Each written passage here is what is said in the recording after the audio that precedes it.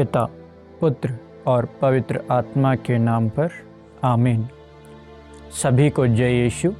आज हम संत लूकस का सुसमाचार अध्याय 13 का अध्ययन करेंगे।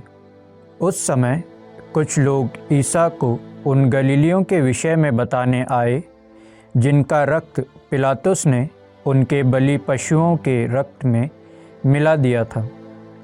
ईसा ने उनसे कहा, क्या तुम समझते हो कि ये गलीली अन्य सब गलीलियों से अधिक पापी थे, क्योंकि उन पर ही ऐसी विपत्ति पड़ी? मैं तुमसे कहता हूँ, ऐसा नहीं है। लेकिन यदि तुम पश्चाताप नहीं करोगे तो सब के सब उसी तरह नष्ट हो जाओगे। अथवा क्या तुम समझते हो कि सिलोआम की मीनार के गिरने से जो 18 व्यक्ति दब कर मर गए, वे यरूशलेम के सब निवासियों से अधिक पापी थे? मैं तुमसे कहता हूँ, ऐसा नहीं है।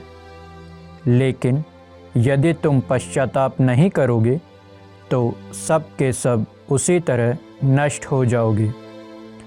तब ईसा ने यह दृष्टांत सुनाया। किसी मनुष्य की दागबारी में एक अंजीर का पेड़ था। उस समय में फल खोजने आया, परंतु उसे एक भी नहीं मिला।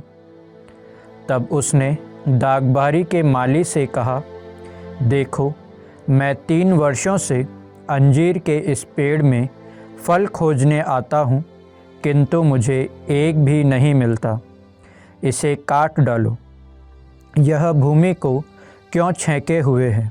परंतु माली ने उत्तर दिया, मालिक, इस वर्ष भी इसे रहने दीजिए। मैं इसके चारों ओर खोद कर खाद दूंगा।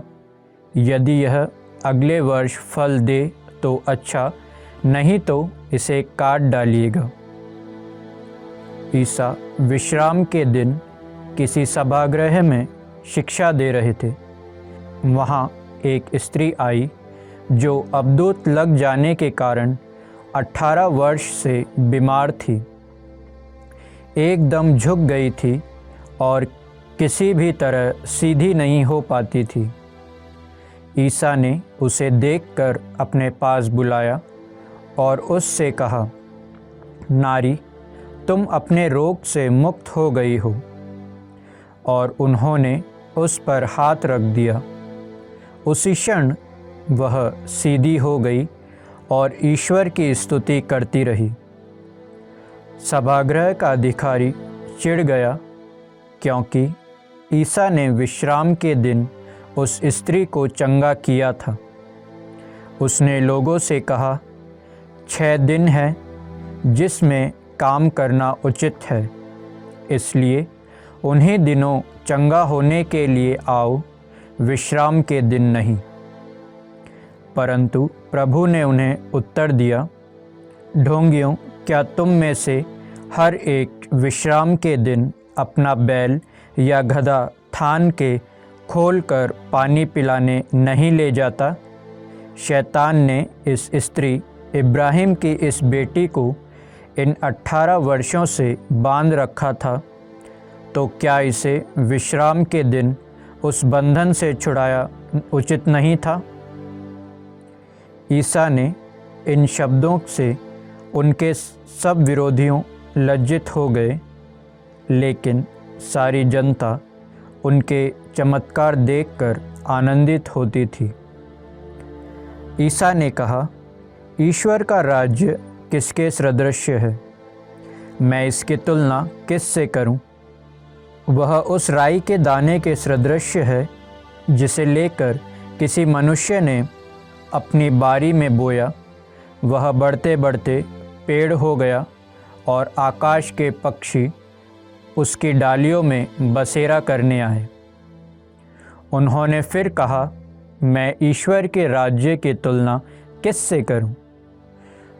वह उस खमीर के सदृश्य है जिसे लेकर किसी स्त्री ने 3 पसेरी आटे में मिलाया और सारा आटा खमीर हो गया।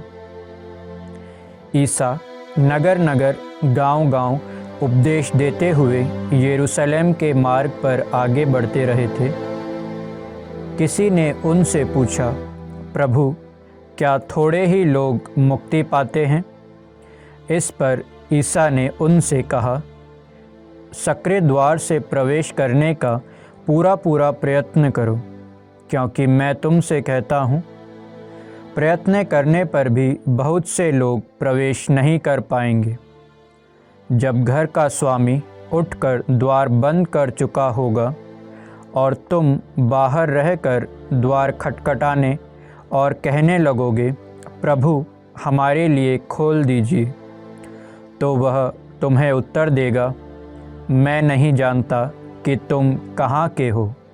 तब तुम कहने लगोगे, हमने आपके सामने खाया पिया और आपने हमारे बाजारों में उपदेश दिया। परंतु वह तुमसे कहेगा, मैं नहीं जानता कि तुम कहाँ के हो। कुकर्मियों, तुम सब मुझसे दूर हटो।